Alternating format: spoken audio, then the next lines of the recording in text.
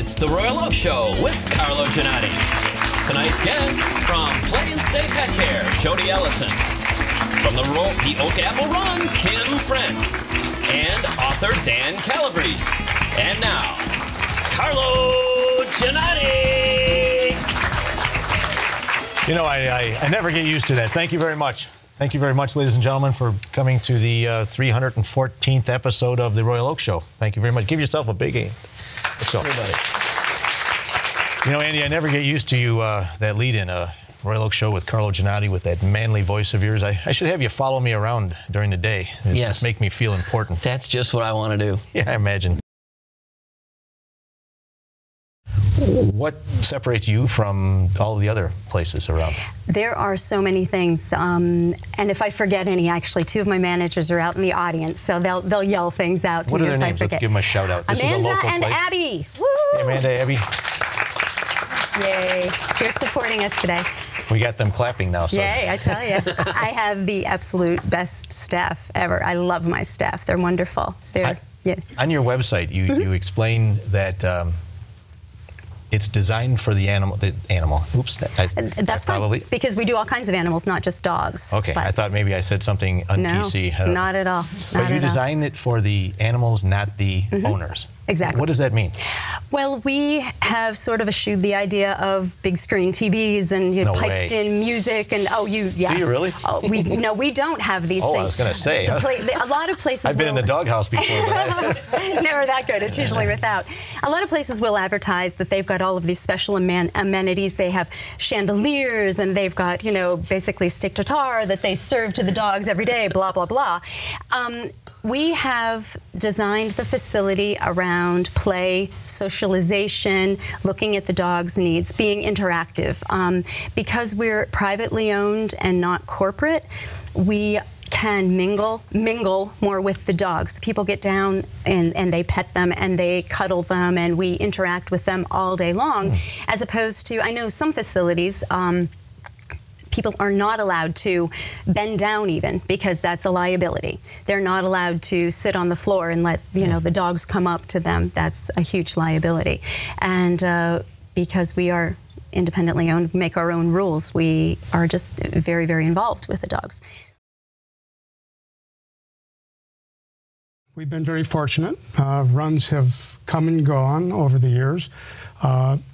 It's very difficult financially to keep a run going. We've been successful in getting good sponsors that have supported us not only financially but with bodies.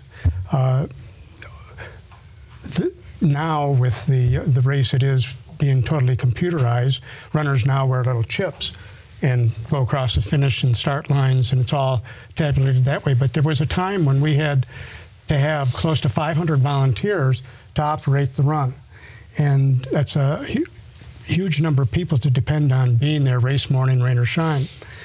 So we were fortunate to have sponsors that were able to contribute not only money, but bodies. And over the years, the number of volunteers required to run, have a successful event has reduced. But we still have great sponsors, great volunteers, and that's the core. That's what really makes it happen. Volunteerism is the thing Without that keeps that, a race doesn't survive. So we've been very fortunate. You can't last 32 years. This will be our 33rd without that kind of support, and it's been there for us. Hope I clipped my nails and all that kind of good stuff. But this is a book, your first book, yes. Correct? And it's a novel, or is it? It's a novel. All right. What's it about? All right. Well, how's that for a lead-in? The whole thing is set in Royal Oak, and a lot of the places are real. All the characters are fiction. It mainly focuses around three primary characters who are in their mid-30s. They're Dondero graduates. They've been best friends since kindergarten at Longfellow. And it's also a Christian book. Now, it's a different kind of Christian book. It has some content that some of the Christian publishing industry might be a little scared to death of, which is why I published it independently, because I like to kind of do things my own way. But the three characters have been friends for a very long time. They've been through a lot of experiences together. One of them finds himself with a very unusual spiritual gift that he doesn't really want. And the spiritual gift is that he suddenly has the ability to see all demonic activity going on the earth with the naked eye. That could be a bummer. It could. You might see things you don't want to see. Right. And one of the things he notices is that there is a group of demons that appears to be imprisoned across the street from his house, which is on Maxwell. And the demons are imprisoned in a patch of trees in Meininger Park. Okay. So this freaks him out. And in the course of the story, he starts to understand that something fairly big is going to go down, and that the demons are manipulating certain things within the community. They might do something to a train coming through here and there, and they might inflict a certain amount of murder and mayhem. And so not only does he have to figure out what their end game is, but he also has to figure out how to explain this to his friends so that he can hopefully enlist them in helping him to figure it out. And in the course of doing all this, all of them find that they have their own personal issues that they have to try to deal with along the course of working together to figure this out. Well, that sounds like an interesting book. I can't wait. It's a bit of a thriller. It's got a lot of action in it. Is this based on personal experience when you were growing up in Royal Oak? No, I didn't get the cool gifts. You're like me. You didn't have any special powers. No, and I'll tell you, when I picked the setting, I didn't choose Royal Oak only because I grew up here, or even primarily because I grew up here. I wanted to have it in a real place, and I was too lazy to research anywhere. So I had to, if that was going to be the way that I was going to do it, I had to pick a place that I knew.